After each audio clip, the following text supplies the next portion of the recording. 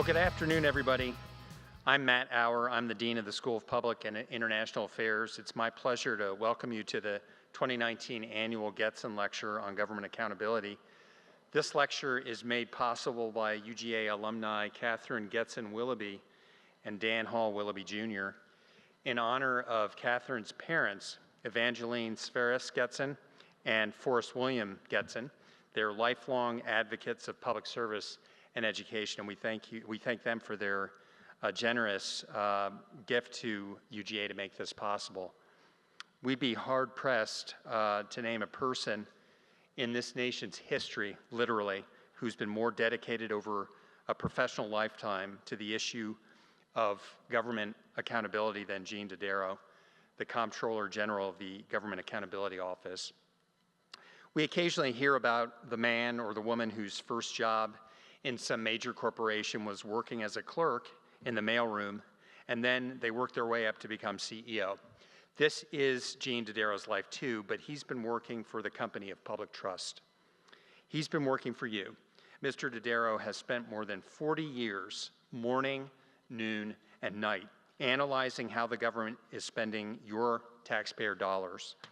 The Government Accountability Office is charged with providing Congress with nonpartisan, fact-based information about how to make government more efficient. Mr. Dodaro began his work at GAO in the era of Watergate, and what a poignant moment in American history to be engaged in government accountability. Since then, his work, quiet, behind the scenes, and out of the spotlight, has kept the federal government under a microscope, and he has saved taxpayers literally billions of dollars. Students of public affairs, students of public policy, if you are curious about a meaningful and impactful career in public service, look no further. Mr. Dodaro has been Comptroller General since 2010, appointed to that post by President Obama following a recommendation from a bipartisan congressional commission, and he served as acting chief of that organization since 2008. Today, he presents the many dimensions of government accountability, GAO's mission for Congress and the nation.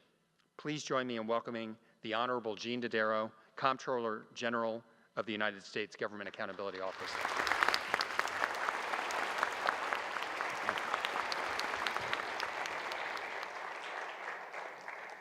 Thank you very much, Matt, for that kind introduction. It's a great pleasure to be here today at the University of Georgia, such a highly regarded university. We're the beneficiaries of the products of this university. We have a number of senior executives and other people at GAO who are graduates from the University of Georgia. It's also a great honor to present this lecture on accountability in honor of Catherine's parents, Evangeline and Forrest. I have great admiration for people who not only spend time in public service, but also in education in our system and training our young people to take on the challenges that our country faces, and there are many. One of the things that I have the great privilege of is the work at the United States Government Accountability Office, and we literally have our responsibilities across the full breadth and scope of the federal government's activities. You know, GAO exists to support the Congress in carrying out its constitutional responsibilities and to enhance the performance and accountability of government for the benefit of the American people. We produce over 700 reports a year. We testify over 100 times before congressional committees. We provide support to 90% of the committees in the Congress on a regular basis and over half of the subcommittees. Our work last year resulted in financial benefits to the federal government of over $75 billion, which is $124 back for every dollar invested in GAO. So as I always tell our appropriation committees, we're a good investment. Keep investing. But importantly, our work also supports a lot of improvements in public safety and enhances the performance and accountability of programs throughout the federal government, whether it's purchasing weapon systems, delivering health care, providing support to our veterans. GAO is there and providing a lot of support, assistance, analysis, and very importantly, constructive recommendations to improve government. Now, I entered into government because I didn't want to be somebody who was just sitting complaining about it. I wanted to get in the game and see if I could make an improvement. GAO has been a wonderful place to have that opportunity. Now, there are many dimensions that I could talk about at what GAO does of accountability, but today there's 5 I'd like to review with you. One is focusing on risk management. You know, the federal government's the largest enterprise in the world with far-flung operations, so how do you focus on the right issues and the right risk? Second is helping achieve the balance of power and the checks and balances in our system of government. Third is analyzing the government's fiscal health and providing advice to policymakers in that arena. Fourth is preparing the government and the nation for the future, looking ahead. Accountability is not just looking behind and seeing what happened, although it's an important component, but we also try to look ahead to get ahead of emerging challenges and issues. And the 5th dimension, which is little known about GAO, is promoting accountability at government levels throughout the United States domestically, but also around the world, working with national audit offices and donors and others to enhance accountability in countries throughout the world. First, in terms of risk management. Now, as I mentioned, the federal government has over a $4 trillion budget. It has agencies and operations not only throughout the United States, but around the world. And so it's a very large, decentralized organization with enormous responsibilities and a wide array of challenges. So one of the things that we do to enhance accountability and overseeing the federal government on behalf of the Congress is to focus on what we consider to be the highest risk across the federal government enterprise. And every 2 years, with the beginning of each new Congress, we lay out what we think those risks are to help set the congressional oversight agenda. Now, this program, since we've been doing it since 1990, is also one of the largest, longest-running, bipartisan good government efforts in our government's history. And I just testified earlier this month before the Senate and House on our latest list. And I'll share with you some of the items on the list that we've been alerting the Congress to. One is resolving the federal role in housing finance. Since the global financial crisis in 2008, Fannie Mae and Freddie Mac, which are 2 enterprises that provide liquidity in the mortgage markets, have been under federal conservatorship. We're here now 11 years after the global financial crisis. They're still under federal conservatorship. And what's happened is the federal government's assumed more responsibilities. 71% of all the loans now in mortgages for individual homes are either directly or indirectly supported by the federal government. The Federal Housing Administration's portfolio is over $1.2 trillion. Ginnie Mae, which securitizes FHA's mortgages, their portfolio is over $2 trillion right now. Most of the lending is being done by non-bank entities, which are less regulated than the banks. So all this risk is at the federal government's doorstep. Secondly is the Pension Benefit Guaranty Corporation. This is a corporation that steps in if companies go bankrupt to help ensure their employees are provided with a pension. Because many entities, if they enter under bankruptcy or if they go out of business, sometimes the pensioners are stuck without a pension, so the government steps in. Well, the multi-employer portion plan of that, which covers about 11 million Americans, is destined on a path to be insolvent by 2025. If that happens, 11 million Americans may only receive a pension of $2,000 a year, hardly an adequate amount to live on. So this requires congressional action. Cybersecurity is another area. We designated cybersecurity as a high-risk area across the entire federal government in 1997. So nobody could say we didn't warn people that this was going to be a problem. Since then, in 2003, we added critical infrastructure protection, protecting the electricity grid. the financial markets, our telecommunication systems, transportation systems, and many things that have become dependent on technology and the internet now. And we've also recommended that the Congress create a consumer privacy framework to protect personal information that's collected in the internet, particularly for information reselling. We've had that recommendation since 2013. I think with recent events that have happened and a lot of breaches that are going on both in the private sector as well as the public sector, I'm hoping the Congress will move quickly. We have a number of recommendations in this area to have more comprehensive national and global strategy to deal with this issue that involves the supply chain now, which is connected in many respects on a global basis, and to protect the integrity of our weapon systems and other projects, to deal with emerging technologies.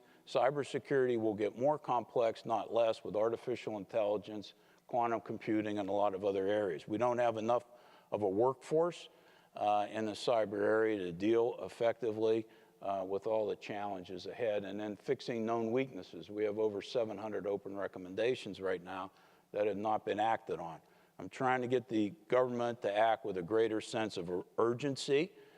Right now, I don't believe it's acting with enough urgency commensurate with the threat that we all face in the cybersecurity area. Another area is the 2020 census, which is used to apportion the seats in Congress and to distribute hundreds of billions of dollars every year across our nation.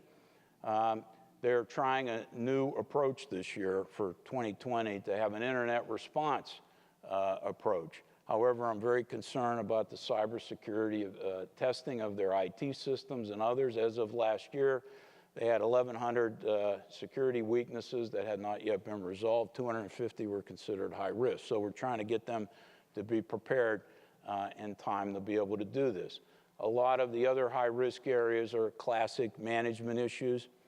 The federal government latest fiscal year estimate for last year issues over $150 billion in improper payments. These are payments that should have been not made at all or were made in the wrong amounts. Most of it's in Medicare, over $48 billion of improper payments in Medicare. Medicaid, $36 billion as well. Also, administering our tax laws, a high-risk area. We need the revenue to be collected, but the gap between taxes owed and taxes collected is $406 billion on an annual basis. And so we have a lot of money going out the door that should not, and a lot of money that should be coming in is not. So we have a number of recommendations there to increase electronic filing, to get better third-party data, to regulate paid tax preparers, to enhance the integrity and the efficiency and effectiveness of our tax administration system. Many other high-risk areas on the list deal with a wide range of public safety issues. For example, oversight of food safety. You know, 1 in 6 Americans get sick every year from a foodborne illness. 128,000 people get hospitalized every year, and 3,000 people die. We have 30 federal laws, 15 federal agencies, a very fragmented oversight system we're trying to get changed. Another area is oversight of medical products. 80% of the ingredients of prescription drugs right now come from foreign sources. We've been trying to get FDA to move to a more global approach, since we're in a global marketplace right now, to establish offices in other countries around the world and to deal with their regulatory systems to strengthen those systems so we can better rely on them. We'll never be able to be in a situation to police over 1,000 foreign companies that are producing these drugs for the safe consumption in the United States. So we need a different strategy. Veterans health care has been a big issue. Veterans are not receiving as much timely quality health care as they need to do. We're focused on that area. Unfortunately, 20 veterans a day commit suicide. This is a problem. Our veterans deserve better treatment. And so we have been working with the Veterans Administration and the Congress to try to strengthen the efficiency and the management of our systems to protect veterans. So this is, a very important set of issues on the high-risk list. The high-risk list also serves to help formulate the president's management agenda in addition to helping the Congress. Since we've been doing this since 1990s, dating back to the Clinton administration, it influences their management agendas up and through and including the Trump administration agenda. Now, I meet with people from the Executive Office of the President, the agencies on the high-risk list, and GAO. I personally participate in all these meetings to try to get them to the point where we can take them off the list. Two recent examples of where this works over time is we had gaps in weather satellites on the list about 6 years ago, where satellites in orbit were ending their useful life, and we had not launched new satellites, so there was a potential gap. Now, that data is important to protect life, property, and the economy, and so finally we got the agencies to do this. They've launched new both geostationary satellites for short-term weather forecasting and polar orbiting satellites for long-term forecasting, so those we've taken them off the list. Another area was sharing of terrorist-related information. Obviously a big concern after 9/11, 2001, and so we've worked over the years. Congress has created legislation. We've worked with the intelligence community to get that area fixed, and so we're in better shape now than we were prior to that event. Second area of accountability is in the checks, make sure the checks and balances work. Now, we obviously have a big role here from our oversight helping the Congress, but there's also a niche area that I wanted to mention to you today that we have responsibility for, and that's under fiscal law. During the Nixon administration, the President Nixon was withholding money that Congress had already appropriated. Now, of course, under the Constitution, Article 1, Congress has to appropriate the funds. The executive branch has to execute. In this case, the executive branch decided they weren't going to execute, and they withhold the money. So there was a big debate. The outcome of that was in 1974, the Budget Control and Impoundment Act was passed as a compromise.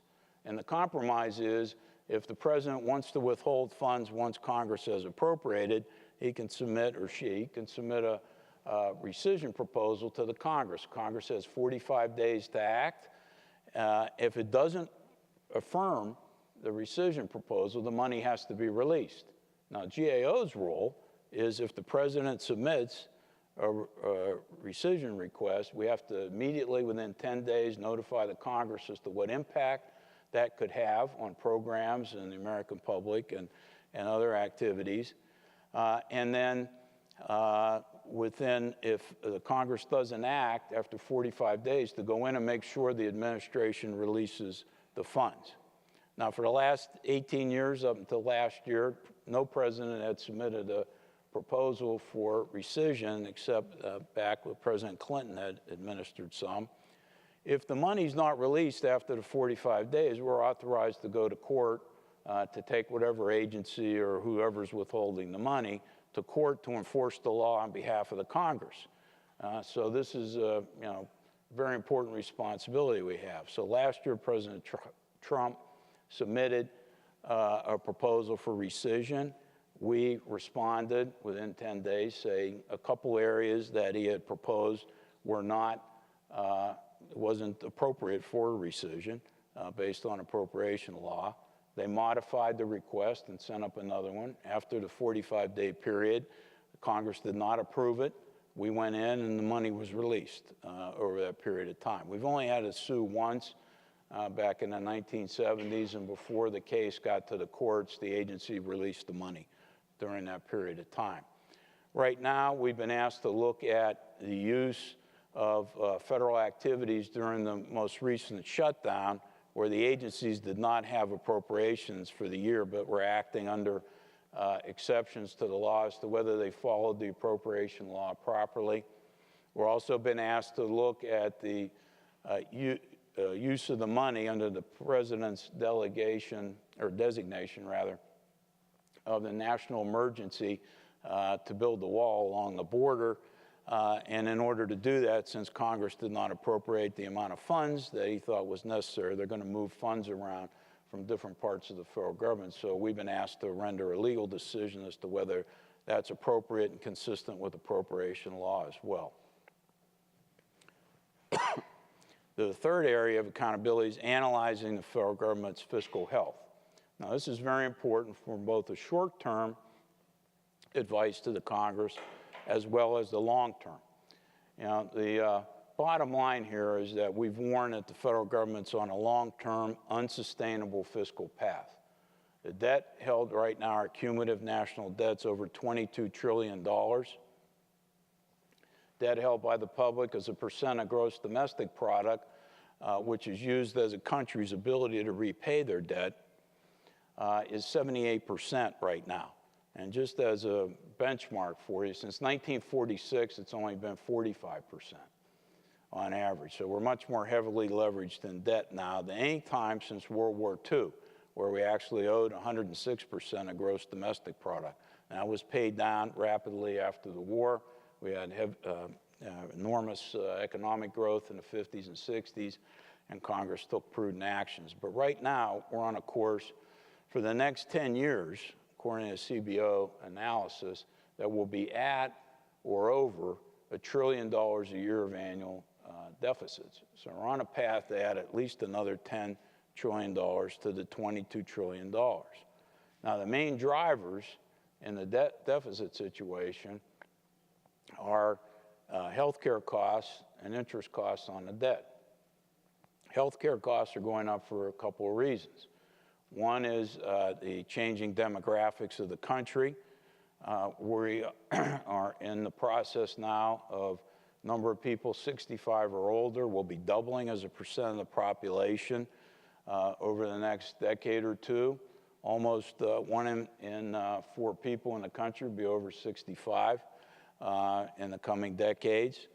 There are only 2.8 people working now for every 1 retired person in the United States. We're moving to where there will only be 2 people working for every retired person in the United States.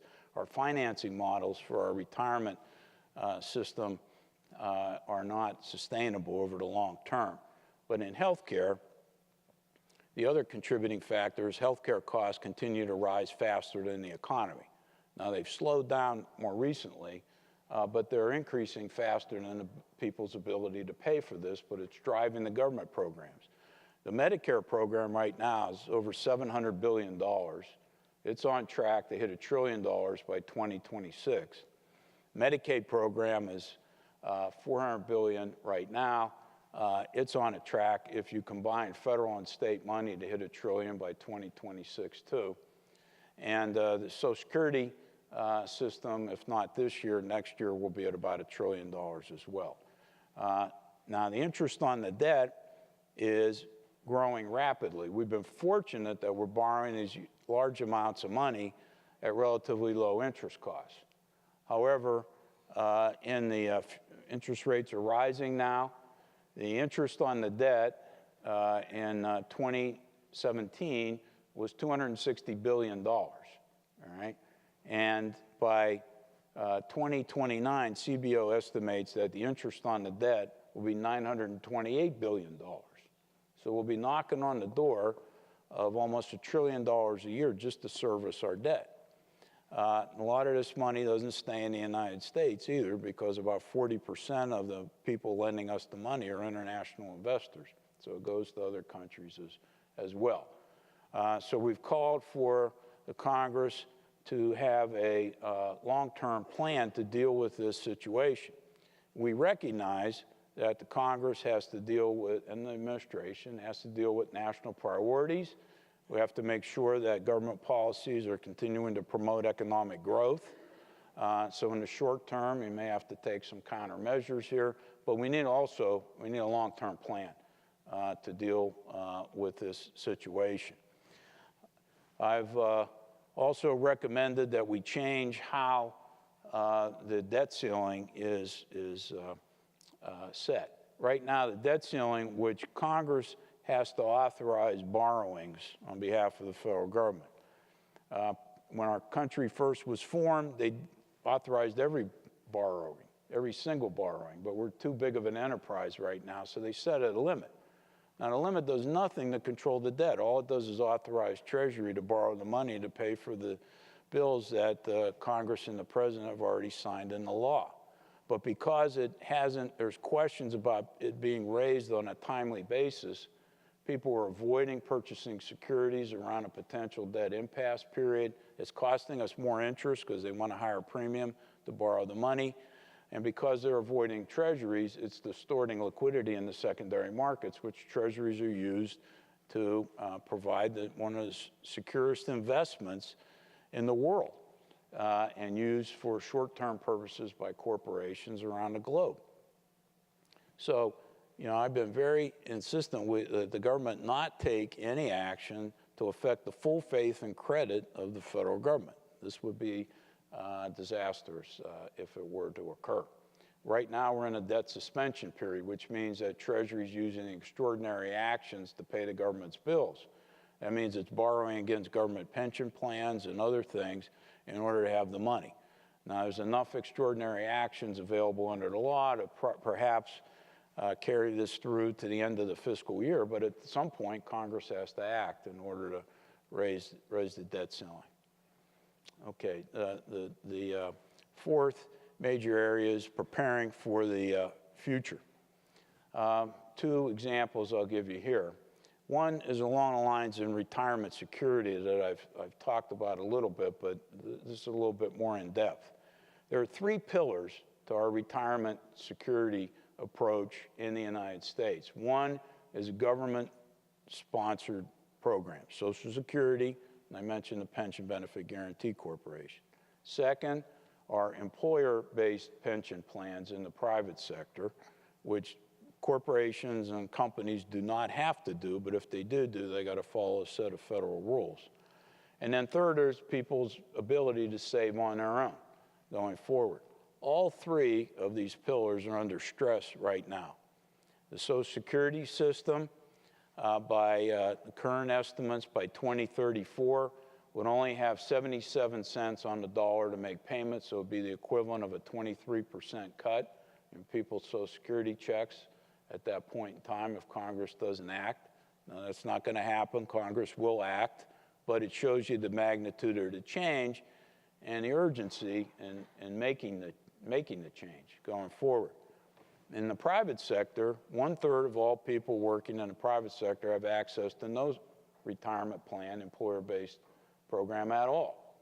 And there's been a shift from defined benefit plans where the employer puts in money and sometimes the employee does, but usually it's the employer, and then there's a set amount you receive based upon how long you work and how much you receive.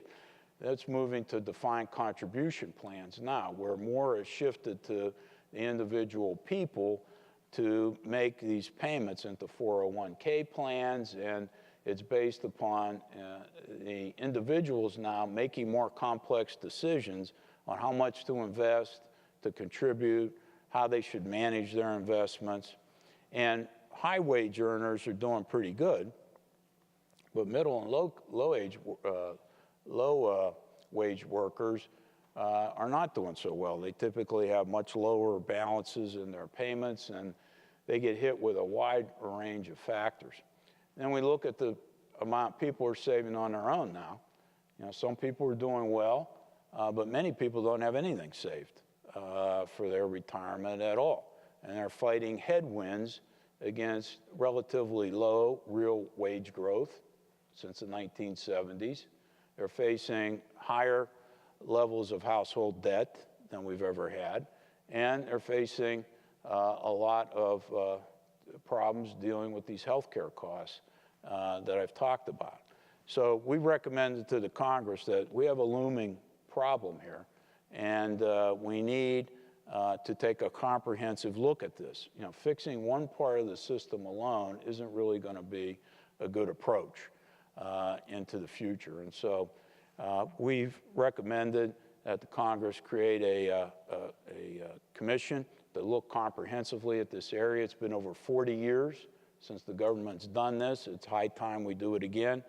I just testified last month before the Senate Special Committee on Aging and encouraged them to take action in this area, and I know people were listening carefully. But the longer we wait, the more difficult the adjustments will be. And so we try to do that. Another area is in the science technology realm. Now, the evolution of science and technology is outpacing any other evolution that we've ever had in American society, as we went from an agrarian society to the Industrial Revolution. Those were dramatic changes, but they took a long time to unfold. Science and technology is moving at a rapid pace, and it's straining the government's ability to react with legal, policy, ethical issues that are arising, whether it's genome editing, artificial intelligence, which could be the future of warfare, has a lot of benefits, autonomous driven vehicles, and cryptocurrencies, blockchain technologies, et cetera. So we've been doing more work at the GAO to help Congress understand these issues. I just created and bolstered a team that we have in GAO to do science technology assessments. We've done ones on use of artificial intelligence for transportation purposes, financial technology now. A lot of your financial advisors online are using artificial intelligence. You're not really talking to a human there as well. And we're looking at artificial intelligence now in healthcare. Now, all these technologies have great potential to improve society and to make transformative change in how we live, just how smartphones and iPads and everything else has changed how we communicate, learn issues, and do business. But we need to have commensurate legal and regulatory frameworks to manage these areas as well. We've done work looking at advanced nuclear reactors that would generate less waste. Right now, we still have all the waste generated from World War II and the building of nuclear weapons buried in the ground in the desert in Washington State. And it's leaking. There's all kinds of problems. We're spending tens of billions of dollars to try to get rid of this waste. So we look at different ways to neutralize this waste at lower costs. We're looking at the weapon systems in DOD. We just warned DOD not that long ago that they weren't paying enough attention to cybersecurity concerns and the development of new weapon systems. They're building a new nuclear-class submarine right now, so we're advising, and we need people to understand that technology. And a lot of our weapon systems now are very sophisticated. DOD has just set up, in part based upon our recommendation, a new space command and to deal with the issues in the future, currently and in the future in space. That's the next frontier for a lot of government operations, and we're in competition with some of other countries, including some of our adversaries, for dominance of space. So we look at a lot of space-based programs and satellite systems. Technology and science issues have become ubiquitous to almost everything the federal government does. And so I'm posturing GAO to make sure we're in a position to advise the Congress on a wide range of these issues. I just submitted earlier this month a plan to go even further and providing support to the Congress. We have a standing contract with the National Academy of Sciences to get additional expertise as we need it from the top experts across the country in science and technology issues to augment the staff that we have at GAO. I hired our first chief scientist back in 2008, and so we've been building our capacity to do this work as well. But that's accountability for the future. You know, most people think of accountability organizations and auditing in the past, the last year's financial statements. I mean, we do that, but we also look ahead, both on the fiscal health of the federal government. We've got new accounting standards now to look at the sustainability of government programs and activities into the future. It's not good enough just to look backwards, who did what wrong, and how do you fix that? We do that too, but we try to get ahead of issues at this point in time. I'll conclude with the fifth area, dimension of accountability, and that's in promoting accountability both domestically and around the world. One of my responsibilities is to set auditing standards for any auditor who's auditing federal programs and activities. That includes other federal auditors, state and local auditors who audit federal programs, the private sector auditors, CPA firms that audit federal programs. I also have responsibility statutorily for setting internal control standards for the entire federal government. These are management controls, go beyond just fiscal controls, of how to manage risk, but ensuring you have qualified people, properly supervised, adequate documentation, good information systems, and by law, agencies throughout the federal government have to follow those standards over time. Also working as part of an international organization of national audit offices around the world. It's the International Organization of Supreme Audit Institutions. There are over 195 countries that participate in this endeavor. It's the largest non-political international organization in the world. We set international auditing standards and accountability standards. We help build capacity, particularly in developing countries, or a lot in the Eastern European countries that used to be part of the Soviet Union. And so I work with donors like the World Bank and aid organizations, both U.S. Aid for International Development, and a lot of the regional development banks around the world, including the Asian Development Bank, the Islamic Development Bank, et cetera. I've set up also a Center for Audit Excellence in GAO that provides the ability to do more technical assistance and training to a lot of countries. We're helping countries in Central America and Africa, Philippines, throughout the regions to help them develop. A lot of them are still doing financial auditing, as GAO did in the 60s and 70s. They haven't moved into these performance auditing of a lot of the issues I've talked about today. About 90% of what we do are performance audits to improve the economy and efficiency of the federal government. We do the classic financial auditing, but that's about 5–10% of what we do. It's an important function, but we do a wider range of services. So they want to learn. They've studied how we do it. They want to learn how to do it. I also get calls and visits from other legislative bodies around the world who want an entity to provide services to them like we do for our Congress. And so we provide a lot of assistance. This is probably the least known aspect of what GAO does, but we are very highly regarded around the world for the work that we do, and a number of countries try to emulate how we carry out our studies and evaluations. So I want to help them. I mean, it's in the U.S. government's interest. We provide a lot of money to these other countries, and we want to make sure that money has proper accountability, there's proper transparency with what's being done on that money. You know, a lot of countries struggle with corruption, and so we provide ways to help strengthen the audit organizations in these other countries. I just recently met with the president of the World Bank, with a couple of my colleagues from Austria and Saudi Arabia and others, and we expressed our concerns that a lot of our colleagues around the world are having efforts made by their executives to impinge on their independence. This is a problem, not giving them adequate funding. Some of them don't even publish their reports publicly. And so we're asking the World Bank, we've been working with the United Nations to make sure that the audit organizations are supported with strong independence. Because if you're not independent, you can't hold people accountable, and you can't really promote the degree of transparency that's needed for good governments.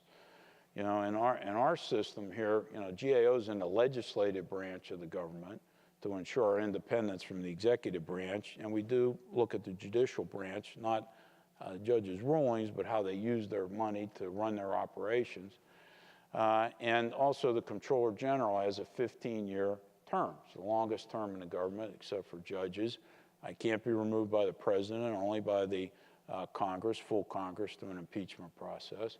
And so that gives us a measure of independence to carry out our work on a nonpartisan basis. Matt mentioned that the whole process starts with a 10-member congressional commission to recommend 3 or more names to the president. It's a bipartisan, bicameral commission made up of the leaders of the Congress. And so our system works well. However, many others do not. And so we're trying to promote accountability in other cases. So that's a sort of a quick tour around what we do at the GAO, and I'd be happy to entertain questions at this point. Matt? Suggested ground rule. Sure. I don't think we have mics here, so perhaps you could just repeat the question. Sure. Can I use Dean's prerogative and ask the first question? Absolutely.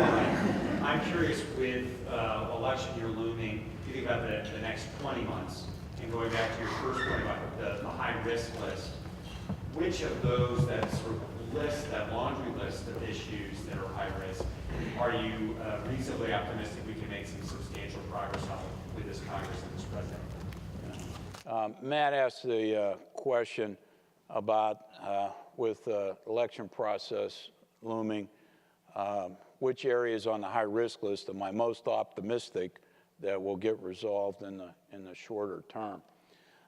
First of all, if I wasn't an optimist, I wouldn't be in this job. My wife always tells me when I give a speech, and she's here checking on me today, don't depress people too much, all right? But it's my job is to tell the truth and to focus on what the challenges are. So I'm very optimistic that we'll move a little better on the cybersecurity area. The administration has good strategies, but they don't have implementation plans. We need to have implementation plans. Congress is focused on it, and I'm hopeful that'll be the case. On the housing reform area, Matt, I think that there's good prospects there. You know, there was the Wall Street Reform Act that was passed in order to strengthen the regulation of the financial institutions domestically. And I'm also working, by the way, with 25 other countries' national audit offices to look at the regulatory reforms that were put in place after the global financial crisis to strengthen financial institutions around the world. Since it's a global finance system, you know, problems in any part of the world can cause problems for the United States, as we cause problems for other countries with the last global financial crisis, starting here with our housing area as well. But I think Congress is ready to take on the Fannie Mae and Freddie Mac situation. They need to deal with the risk to the federal government in that area. The census area will come off the list regardless, because 2020 will happen, and it'll be what it'll be. I hope it'll be a cost-effective and an effective census. Also on the list I didn't mention is information technology and acquisitions across government. Congress passed new legislation to strengthen the role of chief information officers across the federal government.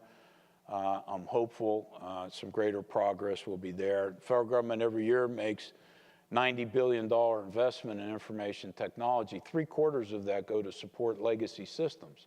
Some have been in place since the 1960s and 70s.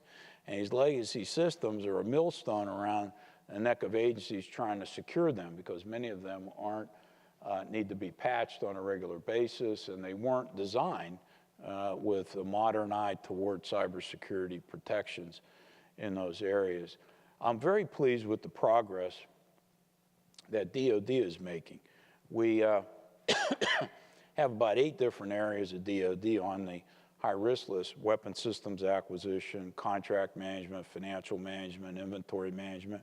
We just took off DOD supply chain management, which actually was a charter member on the list from 1990, but they eventually made the improvements. It saved millions of dollars, and it's better able now to ensure the troops get the right materials at the right time and the right locations. So in terms of asset visibility and distribution, it's worked quite a bit.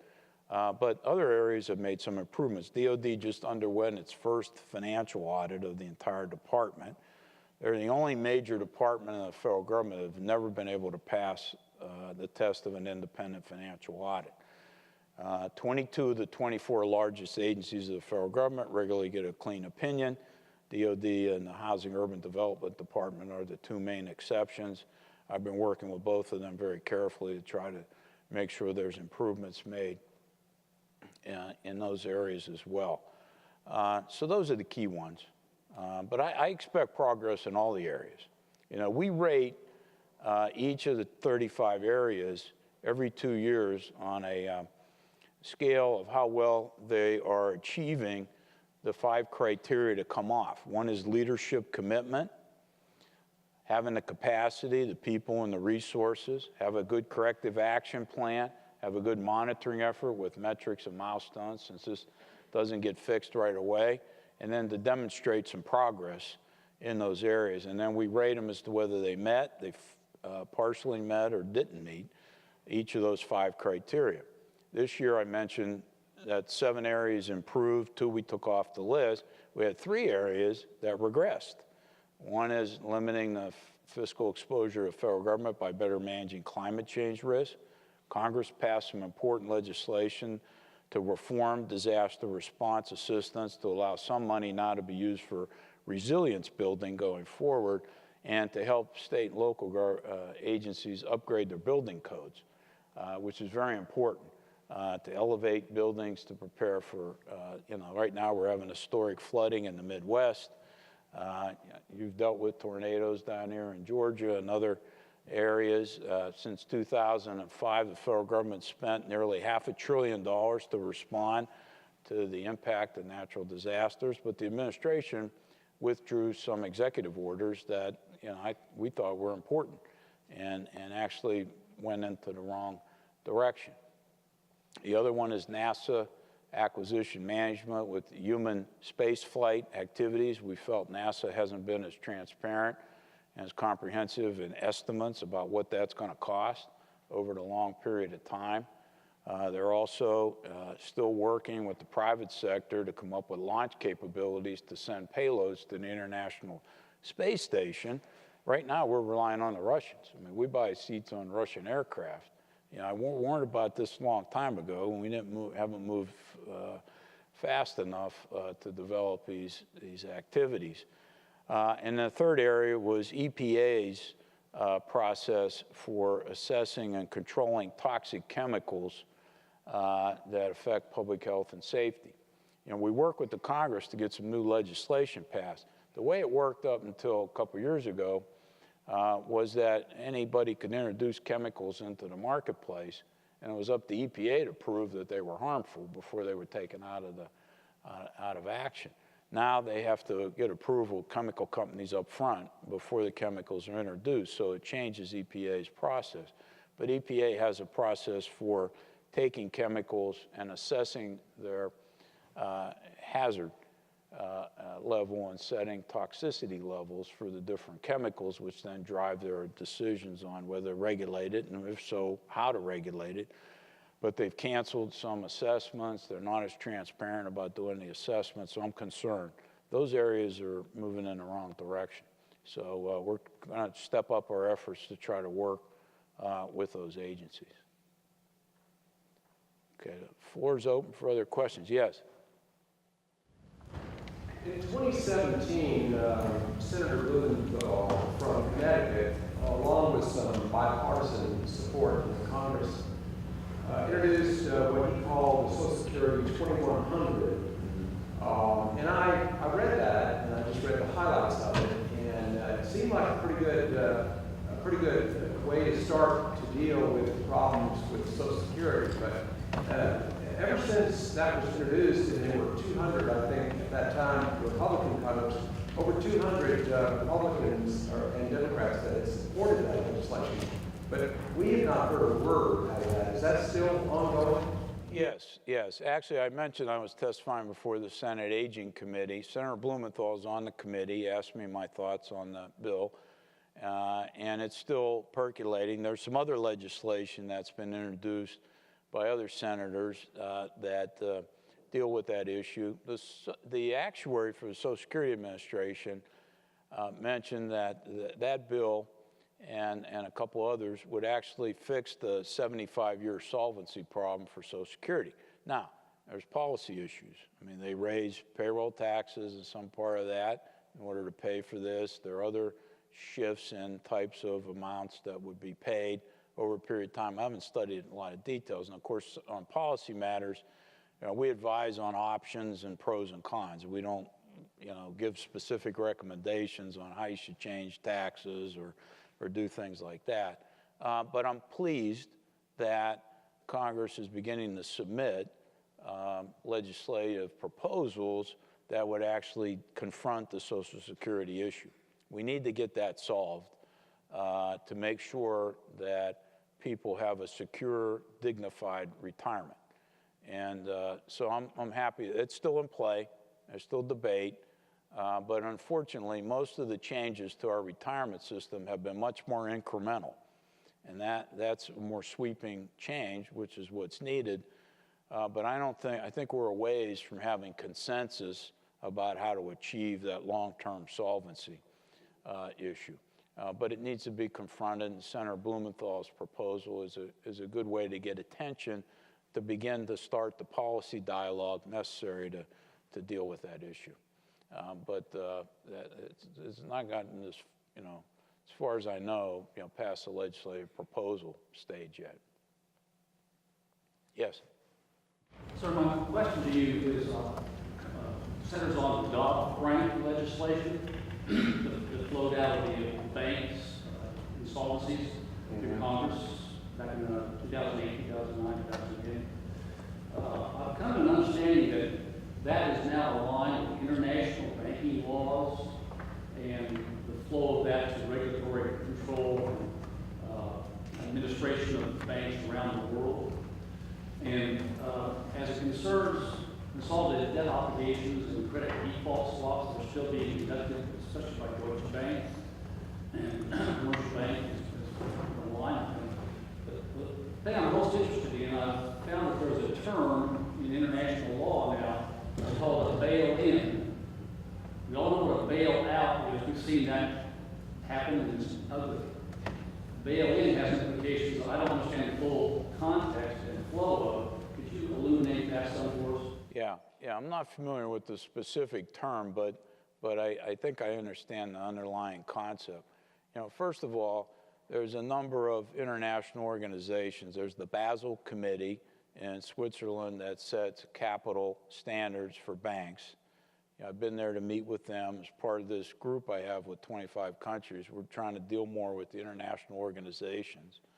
There's also the International Monetary Fund. Their job is to really make sure that the economy is sound, but the financial institutions are sound. So we've had some dialogue with them. And then there's the Financial Stability Board, which is made up of the equivalent of Treasury, our Treasury Department, or finance ministries of the G20. And they meet on a regular basis to try to harmonize these standards. Now, the real trick that we're dealing with here is twofold. One is to give the regulators the ability to deal with companies that may be on the border of having a financial collapse, to try to eliminate that from causing problems throughout the economy, and how to liquidate those entities to make sure that they don't have ripple effects, particularly with credit default swaps and derivatives. That had an unbelievable entangled effect that was, paralyzed the credit markets for a long period of time. Banks wouldn't lend to other banks. And so there are several efforts now to be able to do that. One is to have banks go through stress tests under different scenarios of what would happen. One is FDIC now has special authority to move in, take over, and help liquidate an entity. There still hasn't been a resolution of how to deal with the international implications of liquidating a global company. And that's where there's some questions about how that could be worked out, and they're still working that out over time. Most corporations now under Dodd-Frank had to submit what's called a living will if they're considered to be significant institutions to the financial markets, and the regulators go over that living will. Well, concern that we've had is, that may work if one entity has a problem, but if multiple entities have the problem at the same time, and particularly their interrelated relationships, either through credit default swaps, derivatives, or other financial entanglements between the entities, how does that get sorted out? Excuse me. So there's a lot of implications yet that haven't been tested under the new regulatory scheme. And so we're keeping an eye on this. This is why, I'm working with these international organizations. I've had our people come up with a way to try to predict emerging risk in the financial markets and institutions area. I became acting Comptroller General in March 2008, right when Bear Stearns had their problems, the Lehman Brothers. It was a scary time. We were on the threshold of a potential depression. And I don't want to see us in that status again without trying to take some early warning activities or whatever. So we're looking to see how all these things get resolved, but they're not all resolved yet, particularly the international issue on how to deal with large global enterprises. And so I'm not sure it's called bail-in or whatever, but it's try to deal with the too big to fail issue, and that some of these entities are so large that we can't let them fail. So de facto, the federal government has to go in and help to help avoid a collapse of our economy and our banking system. And so these efforts are all ways to try to help mitigate that we don't get in that situation again. But it's a very good question, and it's a very important one. But we're working on it. Any other questions? Yes. You didn't express optimism about the deficit? No, I did not, Hal. Elaborate on your own role and the role of GAO in influencing action on the deficit. Is it enough simply to call on Congress to establish a plan when, of course, this is a real challenge for elected officials, obviously? Yeah. Could you talk more about your own role? Obviously, your credibility and the credibility of GAO is one of the great influences, but do you go beyond that and try and influence Congress to take action, and do you make more specific recommendations about the type of action they might take? Sure. The question deals with GAO's role in helping the Congress deal with the deficit and debt problems that we have. We make a lot of specific recommendations to help reduce the cost of the federal government or enhance revenue, which has the effect of reducing the deficit too. The high-risk program I mentioned since 2006 has resulted in financial benefits of over $350 billion. We also annually issue a report on overlap, duplication, and fragmentation in the federal government to eliminate waste, inefficiencies, identify cost savings, or revenue enhancements. So far, that effort saved about $178 billion in financial benefits, eliminating a lot of duplication. Doesn't hurt anybody or any federal program recipient or anything. So these are just activities to do this. I've also made a big effort to try to get Congress to reduce the tax gap. One effort that they took recently was to require companies to submit W-2 information earlier in the filing season. Historically, when all of us file our taxes, you can do so because by the end of January, you get your W-2 from your employer. But the federal government didn't get the W-2 from employers until April, all right? So they weren't able to match the filings up front. That was allowing a lot of people crooks, criminals, to file fraudulent tax returns, stealing people's identity, and IRS was losing billions of dollars that way. So we got Congress to move up the requirement for corporations to submit the W-2s. And I'm trying to get them to regulate paid tax preparers. Our research in the past has shown that people who use paid tax preparers, now these are the ones that aren't regulated, not the ones with the big public accounting firms, they're more likely to have errors than people who do their own tax returns, all right? And so I think better education and other things could be helpful in those areas. In the area of improper payments, we've tried to identify ways, and that's come down in certain programs. The Medicaid program, for example, they approved demonstration projects, which allowed states to experiment. And in that area, about 3/4 of the states have approved demonstration projects. And, you know, we said, well, you're supposed to approve the demonstration, but it's supposed to be budget neutral. It's not supposed to cost the government more money. We found it was costing the government way more money, and they weren't managing it. The evaluations weren't done to say, was this producing a better outcome than before other than spending more money? So we got the administration to change the policy. That one policy change, which brought that down, has saved over $100 billion just for a 3-year period of time.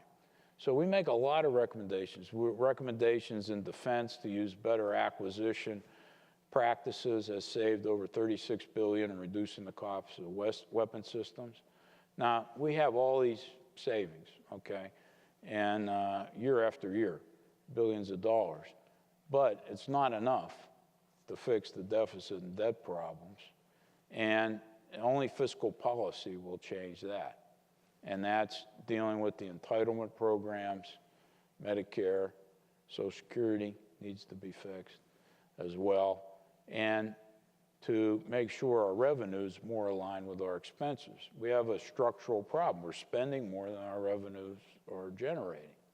And the gap's, you know, structural gap that can only be dealt with. Now, our advice is you need to deal with both the revenue and the expenditure side. You can't get there alone by raising taxes. You can't get there alone by just cutting spending. You have to do both, in my opinion, over time. But those are decisions for elected officials. Now, we give them options, you know, if you do this or that or the other thing, but we don't, it's not our role to say what the level of taxes should be on the American people or, you know, the level of spending. That's up to the Congress under Article 1 of the Constitution. So our job is to advise them. But where we can help them save money, that's what GAO is all about. I want to thank you for coming. I want to ask you to help me thank Comptroller General Dodaro for joining us this afternoon.